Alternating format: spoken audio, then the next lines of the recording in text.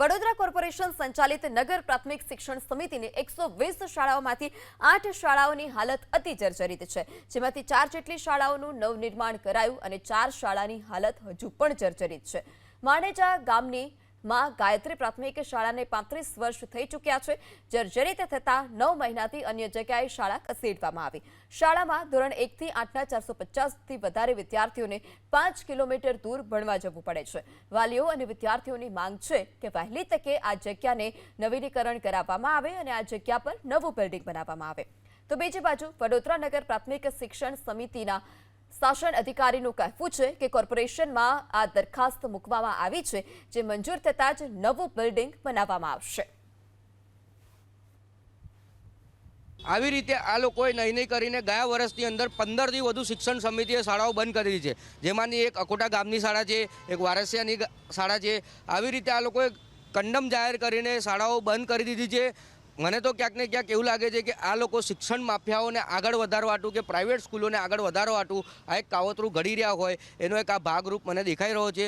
આ સ્કૂલમાં બાળકો અહીં જ ભણતા હતા, પણ પછી ખબર નહીં આ રંગ રોગાણ થયું, બધું સરસ કર્યા પછી ખબર નહીં આ લોકો કે ઉપરથી પાણી પડે છે અને જર્જરિત થઈ ગઈ છે, તેને ફરી બનાવવાની છે અને ફરીથી તે છોકરાઓને સ્ટીપ કરો કે બીજી જગ્યાએ SRPની તૈયાર કરી સ્કૂલ ત્યાં લઈ જાય છે અને લાવે છે।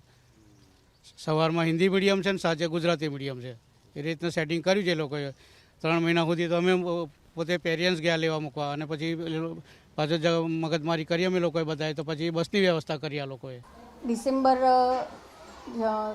નવેમ્બર ડિસેમ્બરથી આ વસ્તુ ચાલી હતી, જર્જરિત થઈ છે અને બાળકોના સેફટીને જોખમાય નહીં એના માટે થઈને બાળકોને અહીંયા શિફ્ટ કરવામાં આવ્યા છે। અમે લોકો અહીંયા માર્ચથી આવી રહ્યા છીએ। ઓવરઓલ બંને સ્કૂલના થઈને લગભગ 450 જેવા હશે બાળકો। એકચ્યુઅલી એ સ્કૂલમાં ડિમાન્ડ રિનોવેશન માટેની હતી, પણ જે તે સમયે સમગ્ર શિક્ષાના એન્જિનિયરની ટીમ દ્વારા મુલાકાત લેતા જણાયું કે રિનોવેશન થઈ શકે એમ ન હોય, એને ઉતારી લેવાનું સલામત જણાવ્યું। દક્ષિણ ઝોનના એન્જિનિયરે પણ નિર્ભયતાની નોટિસ આપેલી અને ત્યારબાદ અત્યારે ડિમોલેશન માટે એની દરખાસ્ત કરી દેવામાં આવેલ છે। કોર્પોરેશનના દક્ષિણ ઝોન દ્વારા બિલ્ડિંગ ઉતારવા માટેની પણ કાર્યવાહી પ્રગતિમાં છે।